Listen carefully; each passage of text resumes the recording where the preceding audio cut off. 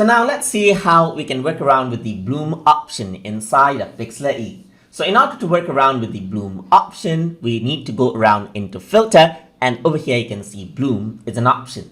Once you click on bloom, what happens is that you get a simple slider and you can increase the amount, and bloom simply means the brightness. It's like adding in a flash to a picture, as you can see, and you can really increase out the brightness of a picture just like this.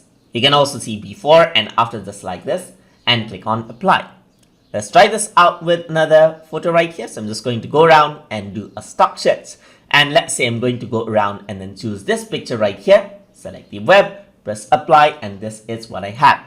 So I'm going to go around into filter right here, go to bloom, and increase the amount of brightness just like this. And that is how you can work around with bloom inside of Pixlr E. So I hope you guys learned something as always. And as always, please like, comment, share, and subscribe.